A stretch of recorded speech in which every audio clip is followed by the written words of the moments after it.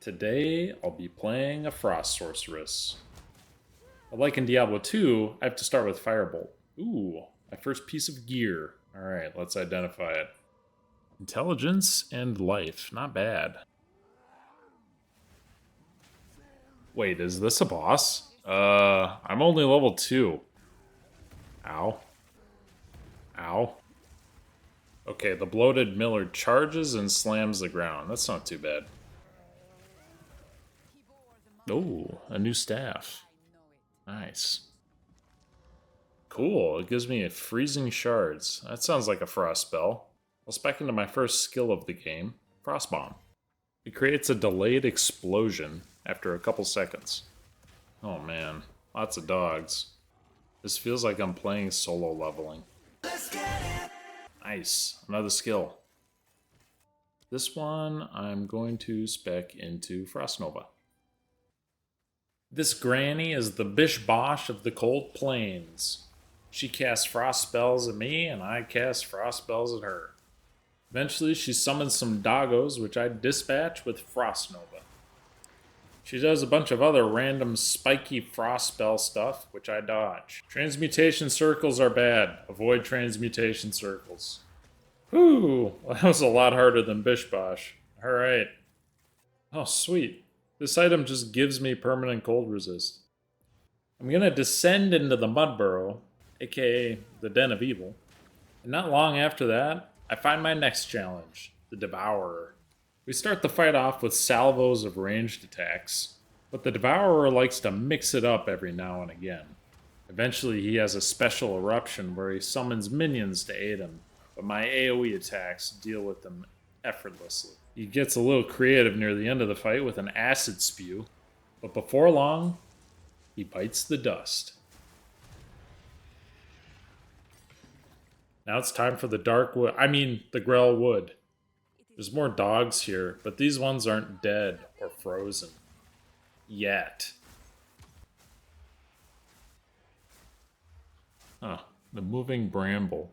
Oh, wow. Oh no, I'm locked in. Okay.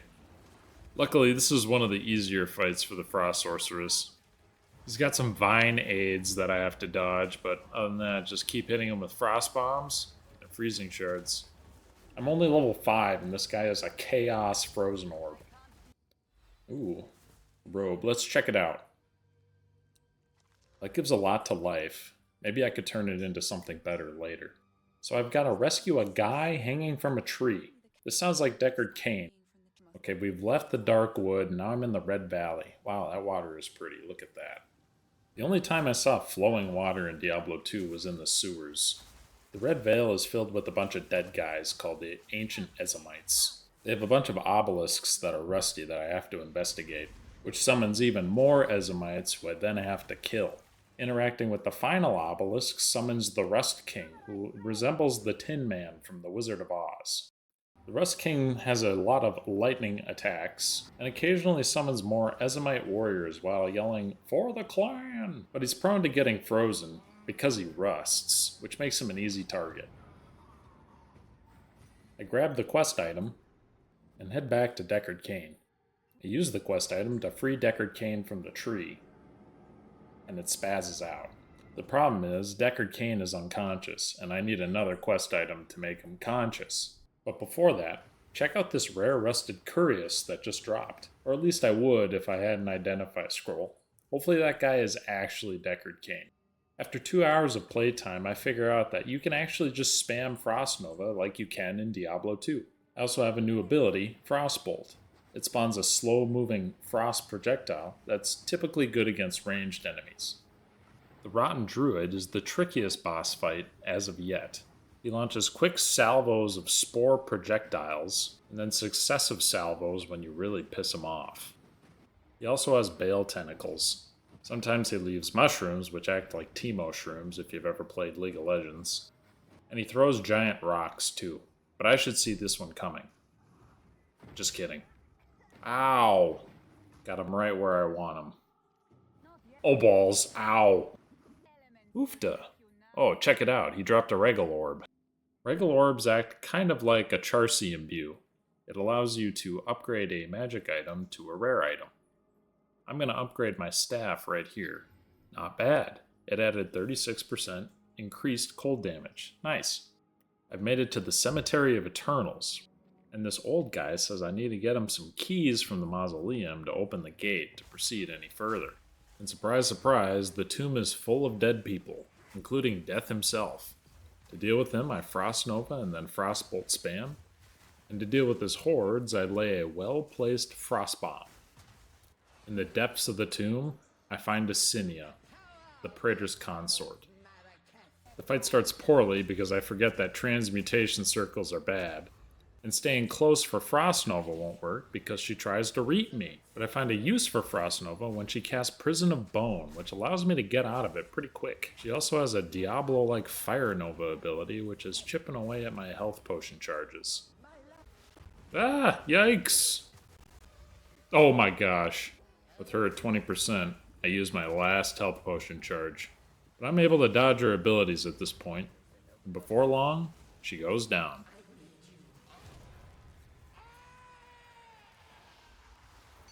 Oh, nice. Another Regal Orb.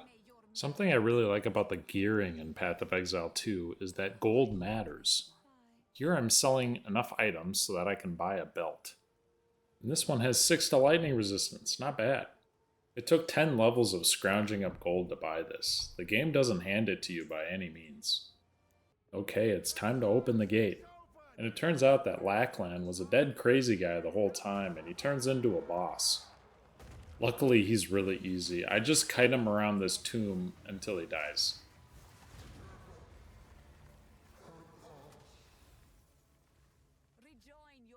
He drops a pair of rare gloves. Let's check them out.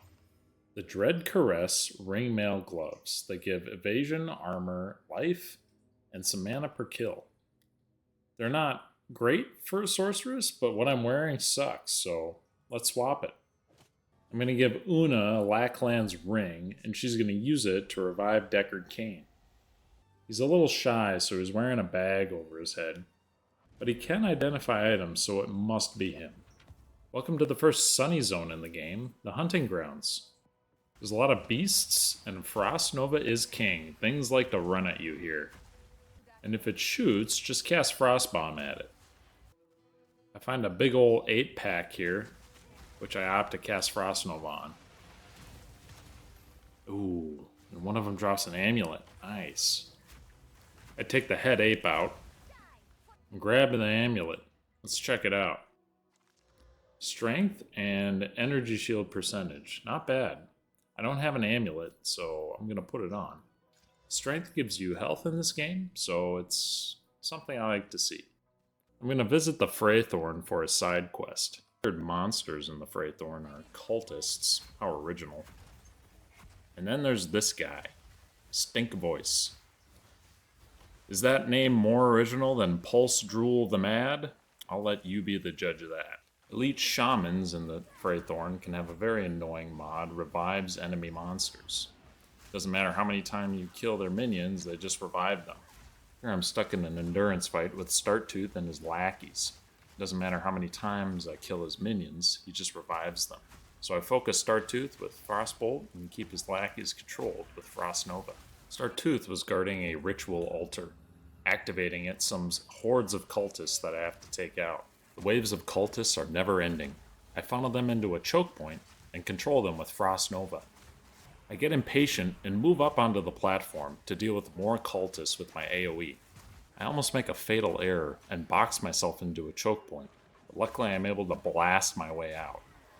There's a new monster type on the platform called the Cultist Witch.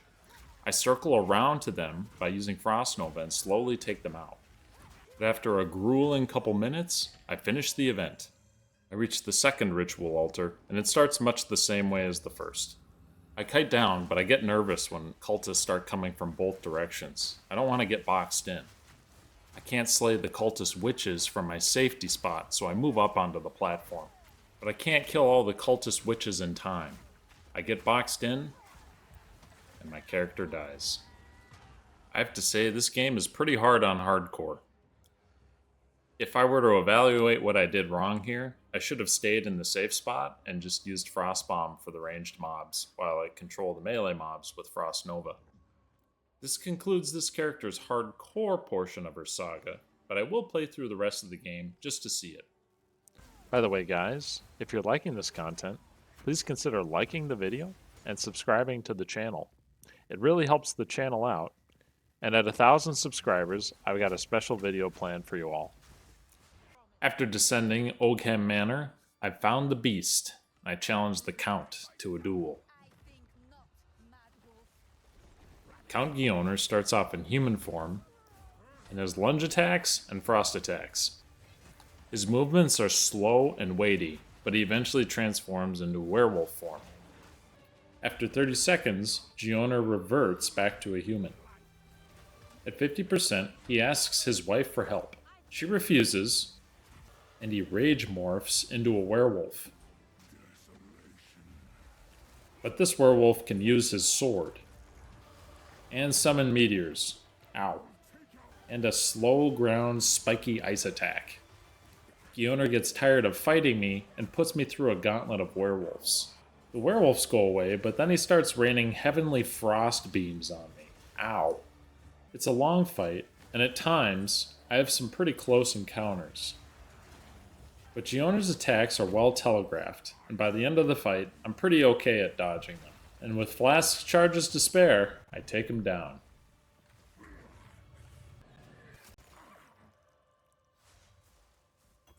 Wow, that loot sucks. The makers of PoE 2 really wanted to differentiate their game from Diablo 2, so Act 2 takes place on a giant caravan instead of Loot Ghislaine. I wonder how much these guys are getting paid. Oh, sick. Look at this thing. Let's upgrade it. Okay, accuracy, that's not great. Ooh, critical hit chance. Nice. Let's put it on. Wow, I look like the Lich King. Frostmourne hungers. I've learned a new ability called Cold Snap. Cold Snap can only be used on a frozen enemy, and it explodes the frost on them, dealing a ton of damage. I get lucky here, and this big meathead drops a Regal Orb. I'll use it on my Cultist Crown to get an additional 10 cold resistance. Nice. Alright, time to enter the Mines of Maon. The mines are full of creatures that are very weak to Frost Nova. Ooh, a rare pelt. Let's check it out. Hey, this thing's pretty good.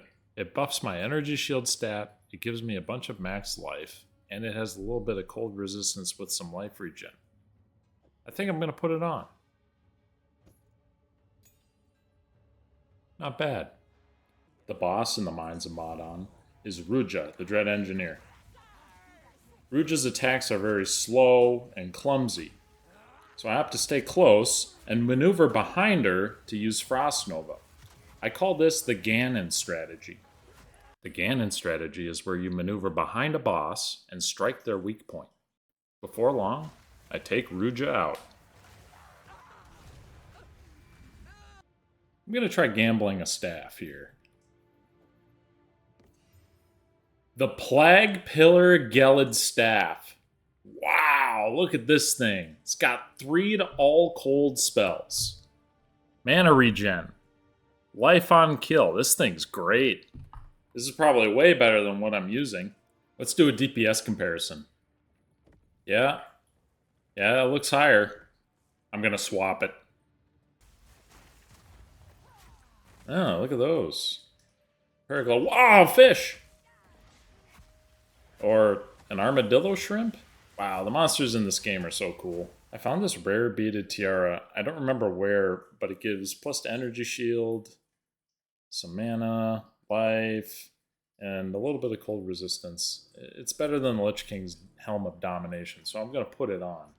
I'm in the Valley of the Titans, and I need to unlock some seals to reveal the Titan's Grotto.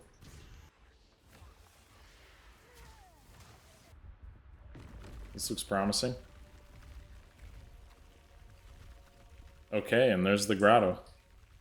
The grotto is filled with Goliaths, spiders, and skeletons. And these really big, well, Titans. Oh, wow. Man, that hurt. Oh, checkpoint. Is this a boss? Whoa. This guy's got a sword through his neck. Huh. Oh, that's where the sword's from. Oh boy. Zalmarath the Colossus. This guy's kind of like Belial from Diablo 3. He's big, you're on a platform, and he throws a bunch of stuff at you. His first ability is he slams his palm against the platform, creating an eruption of fire. His second ability is he shoots fire at you from his eye. Eventually, he rumbles the ceiling and gets stalactites to fall onto the platform. And I don't recommend standing right next to him. Or even kind of far away. No, you want to be as far away as possible. Like that. He eventually summons ads, but don't let them distract you. This is one of those few boss fights where I'm really glad I have Frostbolt. Just be patient. Tighten down. He drops the Flame Ruby, which I will use to build the horn to get through the sandstorm. So now I'm going to pursue the beast on its dreadnought. And whoa, whoa, whoa, whoa. These guys are pissed. Dang. On the dreadnought, I level up, and I spec into Frostwall. Frostwall is something that the enemies will hit if they're small enough. If they're big enough, they just walk through it. But whenever a shard of the wall dies, it explodes and deals a lot of damage. I've reached the head of the dreadnought. And waiting for me there is the beast and Jaman Ra. An ice wall is very good here. Bosses are very big, so they always break shards of the ice wall, dealing lots of damage. I pair Frost Bomb with Ice Wall for a 1-2 combo. Eventually, Jaman Ra tries to bring the Sandstorm back.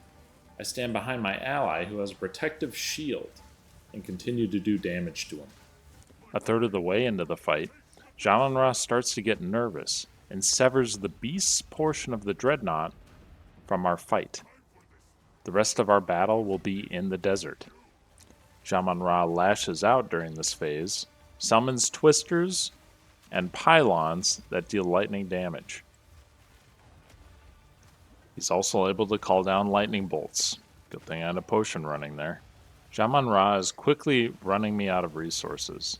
This is an endurance fight, and I am running out of it. My potion charges are very low at this point. I start relying on Frostbomb more, so I can focus on dodging more and regenerating my energy shield.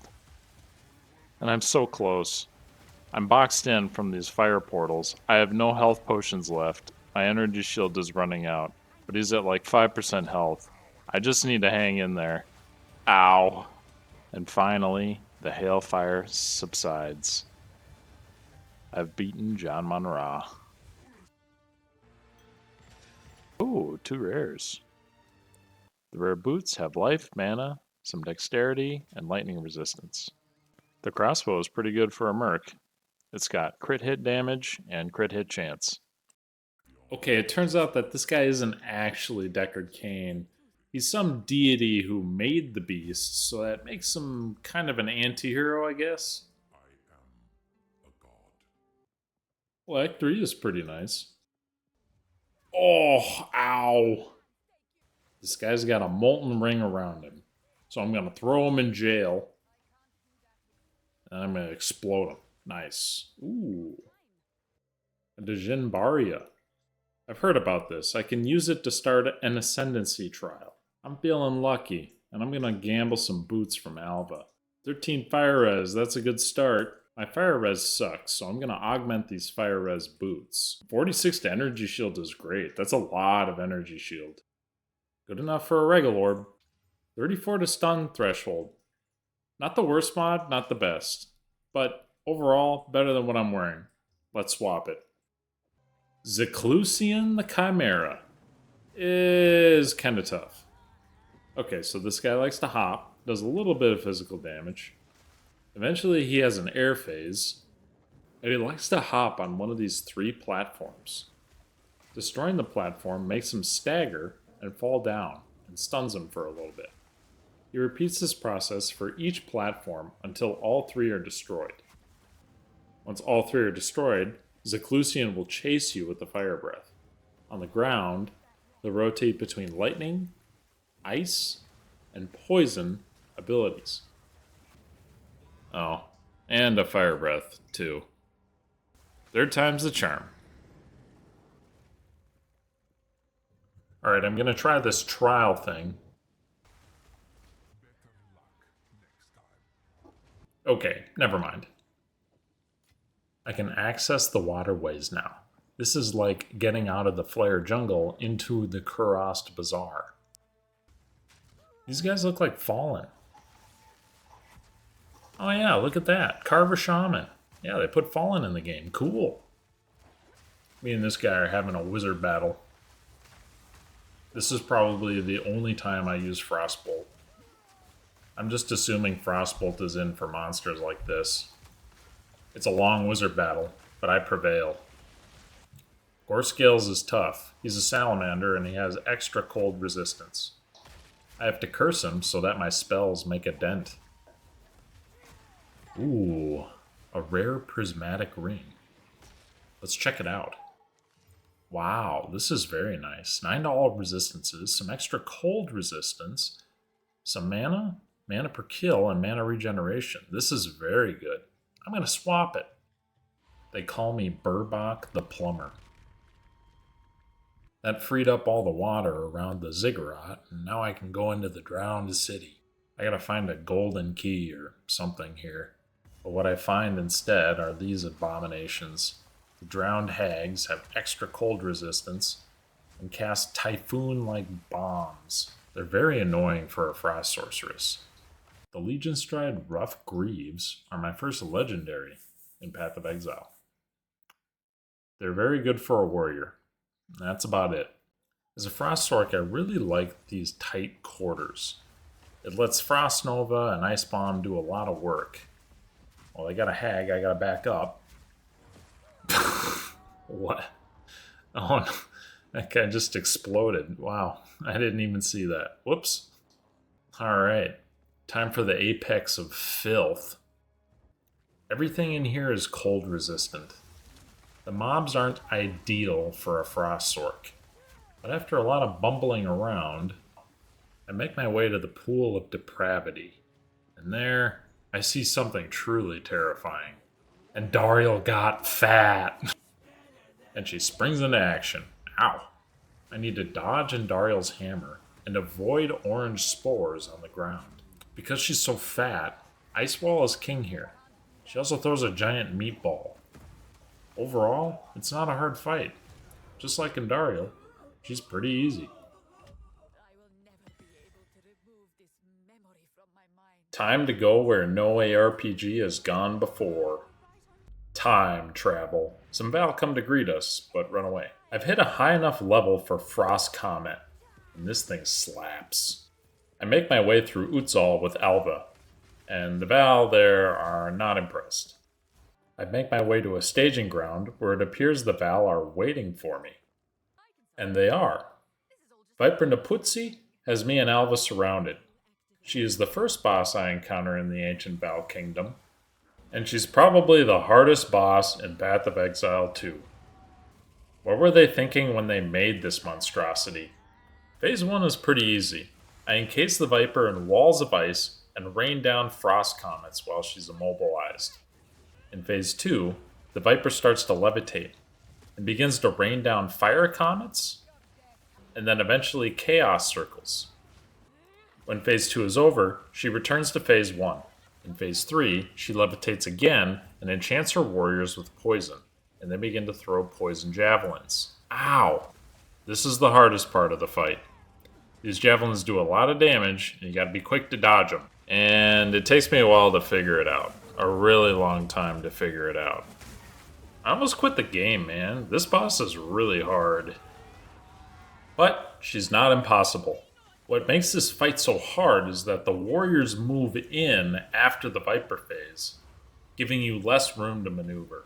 During the Comet phase, I need to elongate the distance that I run to give myself more room. Eventually I get lucky, and I only have to survive one more Viper phase. I dodge the initial volleys just fine, which allows me to survive the final volley, which I don't dodge at all. I endure a final Comet phase by mostly ignoring it, DPSing Viper, and getting the kill. Woo, what a doozy. I make my way deeper into the Val Kingdom, and I start to see a lot of piles of corpses. This is starting to look like the Trevinical. These guys even sound like the Zakharum and Hierophants. Finally, I make my way to the Black Chambers. This place reminds me of a Forerunner structure from the Halo games. All of the Val in here are cybernetically enhanced. Whoa, that's crazy. Where do you even put those shoes? The Black Chambers are like a sci-fi version of the Durance of Hate. So I have to cross a bridge over a moat of blood to get to the final boss. Yeah, this is definitely a sci-fi Durance of Hate. But make no mistake, we are not fighting Mephisto. Dorani is an ingenious Val inventor trying to stop the destruction of his empire. In Phase 1, he floats around a lot, and he's pretty hard to hit with spells, so I opt to stay close and Frost Nova. I try to trap him with ice walls and frost bomb him to get a freeze going. Midway through Phase 1, he summons a contraption in the middle of the testing arena that occasionally emits lasers. A lot of his abilities do lightning damage. Later on into Phase 1, he does a lot more stationary abilities, which makes him easier to hit. And you're going to want to watch out for this thing. Kaboom! At 50%, Dorani does his best Dr. Robotnik impression and summons a giant robot. Luckily, this thing is way easier to hit than his Phase 1 form. I employ the Ganon strategy and do my best to stay behind him. But I overstep and get flamed down. Whoops. Let's try that again. Much better. Around 50%, Dorani's robot dislodges a floating laser beam cannon.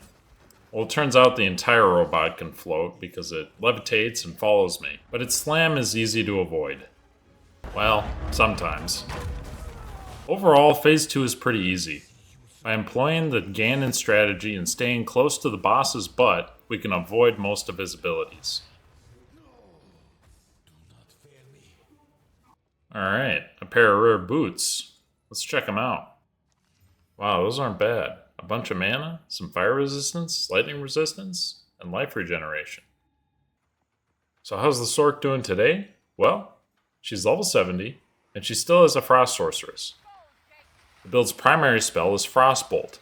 It has a 20% chance to split into 8 other Frostbolts, and it's good at breaking frost walls. I've also looped in some cast triggers that give me additional ice comets. Let's go over the build. I'm using Frost Wall, Frost Bomb, and Elemental Invocation. This gives me energy when I cast spells, which I can then use to trigger additional ice comets. Frostbolt is the main bread and butter skill of this build. I'm using the Scattershot Gem, Arcane Tempo, and the Wild Shards. A base version of Ice Comet is also in the build with Supercritical and Hourglass gems. I'm using Frost Nova for very small enemies, and Cast on Freeze for additional Ice Comet procs. I have 4 points in the Stormweaver Ascendancy tree where I'm going for minus to enemy cold resistance and Arcane Surge. In the passive skill tree, I've snaked my way up to Pure Energy, and then I U-turn to Path of Winter and Raw Power. To the right, I take Insightfulness and Melding. I get additional cold penetration with Breath of Ice. I get overexposure for cumulative cold penetration, and climate change for faster freeze buildup. I get refocus for faster energy and mana regen, and enhanced barrier for increased survivability. Inescapable cold, endless blizzard, and glaciation are the frost top tier passives I've picked up. Arcane Intensity and especially Aether Flow help with the mana regen of this build. And eventually I'll get Energized for faster cast procs.